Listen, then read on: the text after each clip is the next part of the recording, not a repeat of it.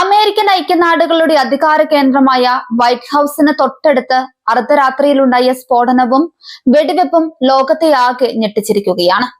President Donald Trump ഇറാനെതിരെ കടുത്ത ഭാഷയിൽ സംസാരിക്കുകയും എണ്ണ നിലയങ്ങൾ തകർക്കുമെന്ന് ഭീഷണിപ്പെടുത്തുകയും ചെയ്തതിന് തൊട്ടു പിന്നാലെയാണ് ഈ സംഭവം നടന്നതെന്നത് അതിന്റെ ഗൗരവം വർദ്ധിപ്പിക്കുന്നു.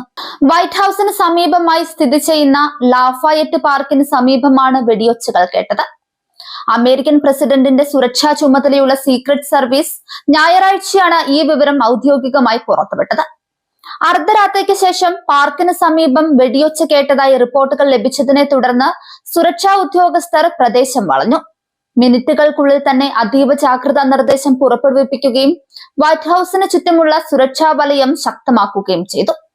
സംഭവം നടന്ന സമയത്ത് പ്രസിഡന്റ് ഡൊണാൾഡ് ട്രംപ് വൈറ്റ് ഹൌസിൽ തന്നെ ഉണ്ടായിരുന്നുവെന്നത് സുരക്ഷാ ഏജൻസികളെ കൂടുതൽ സമ്മർദ്ദത്തിലാക്കി.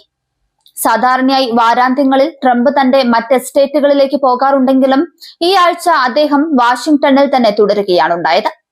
വെടിവെപ്പ് റിപ്പോർട്ട് ചെയ്ത ഉടൻ തന്നെ സീക്രട്ട് സർവീസ് വൈറ്റ് ഹൌസിനുള്ളിലെ സുരക്ഷാ ക്രമീകരണങ്ങൾ പുനഃപരിശോധിച്ചു. ലാഫയറ്റ് പാർക്കിലും പരിസര പ്രദേശങ്ങളിലും മണിക്കൂറുകളോളം നീണ്ട തെരച്ചിൽ നടത്തിയെങ്കിലും സംശയാസ്പദമായ രീതിയിൽ ആരെയും കണ്ടെത്താനായില്ല. വെടിവെപ്പിൽ ആർക്കും പരിക്കേറ്റതായും റിപ്പോർട്ടുകളൊന്നുമില്ല.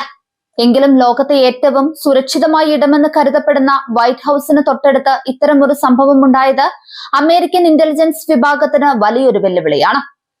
ഇറാന്റെ ഭാഗത്ത് നിന്നുള്ള പ്രതികാരമാണോ ഇതെന്ന് സോഷ്യൽ മീഡിയയിലും അന്താരാഷ്ട്ര മാധ്യമങ്ങളിലും വലിയ ചർച്ചകൾ നടക്കുന്നുണ്ട്. ട്രംപിന്റെ ഇറാൻ വിരുദ്ധ പ്രസംഗങ്ങൾക്കും എല്ലാം തകർക്കുമെന്ന ഭീഷണികൾക്കും പിന്നാലെ അമേരിക്കയുടെ ഹൃദയഭാഗത്ത് വെടിയൊച്ച കേൾക്കുന്നത് ഒരു മുന്നറിയിപ്പാണോ എന്ന് പലരും സംശയിക്കുന്നു. എന്നാൽ ഔദ്യോഗികമായി ഇത്തരമൊരു ബന്ധം ഇതുവരെ സ്ഥിരീകരിക്കപ്പെട്ടിട്ടില്ല. വെടിവെപ്പിന് ശേഷം വൈറ്റ് ഹൌസിലെ പ്രവർത്തനങ്ങൾ സാധാരണ നിലയിലാണെന്ന് സീക്രട്ട് സർവീസ് അറിയിച്ചു.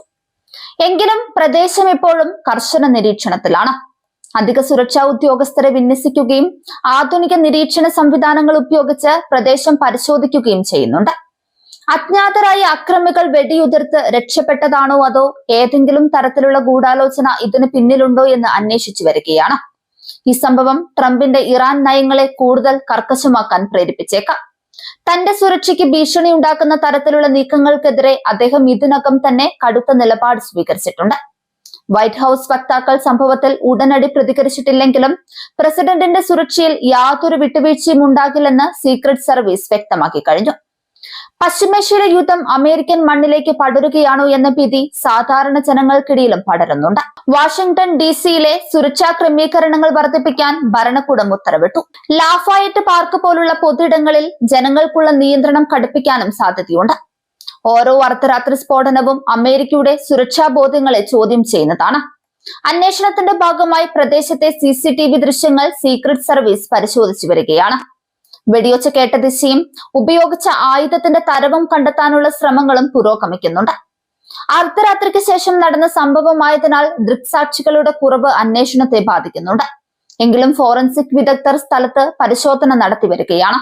ഈ സംഭവം പശ്ചിമേഷ്യൻ യുദ്ധത്തെ സംബന്ധിച്ച ആഗോള രാഷ്ട്രീയ ചർച്ചകളിൽ പുതിയൊരു വഴിത്തിരിവാകും.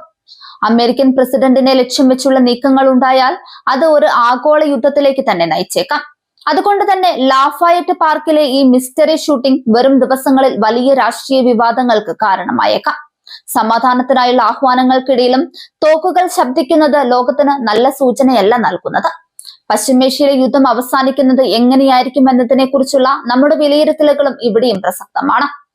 സൈനിക ബലപ്രയോഗത്തിലൂടെ ഒരു രാജ്യത്തെ കീഴടക്കാൻ നോക്കുന്നത് പലപ്പോഴും പ്രത്യാഘാതങ്ങൾ സ്വന്തം രാജ്യത്തേക്ക് കൂടി എത്തിക്കാൻ കാരണമാകും. ഇറാനും അമേരിക്കയും തമ്മിലുള്ള ഈ വാക്പോരും നിഴൽ യുദ്ധവും അവസാനിക്കണമെങ്കിൽ ഇരുപക്ഷവും വിട്ടുവീഴ്ചകൾക്ക് തയ്യാറാകണം. ആഗോള സമാധാനത്തിന് ഭീഷണിയാകുന്ന തരത്തിലുള്ള ഇത്തരം പ്രകോപനങ്ങൾ അവസാനിപ്പിക്കാൻ ഐക്യരാഷ്ട്രസഭ ഉൾപ്പെടെയുള്ള സംഘടനകൾ കൂടുതൽ സജീവമായി ഇടപെടേണ്ടതുണ്ട്. അമേരിക്കയുടെ ഉൾനാടുകളിൽ പോലും സുരക്ഷാ ഭീതി പടരുന്നത് അവരുടെ ആഗോള സ്വാധീനത്തെ ബാധിക്കും. അതിനാൽ തന്നെ ഈ അന്വേഷണം എത്രയും വേഗം പൂർത്തിയാക്കി കുറ്റക്കാരെ നിയമത്തിന് മുന്നിൽ കൊണ്ടുവരാൻ സീക്രട്ട് സർവീസ് ശ്രമിക്കും. വൈറ്റ് ഹൌസിന് ചുറ്റുമുള്ള ഓരോ ഇഞ്ചും നിരീക്ഷണ വലയത്തിലാക്കുന്നതിലൂടെ ഇത്തരം സംഭവങ്ങൾ ആവർത്തിക്കാതിരിക്കാൻ അവർ നടപടിയെടുക്കും.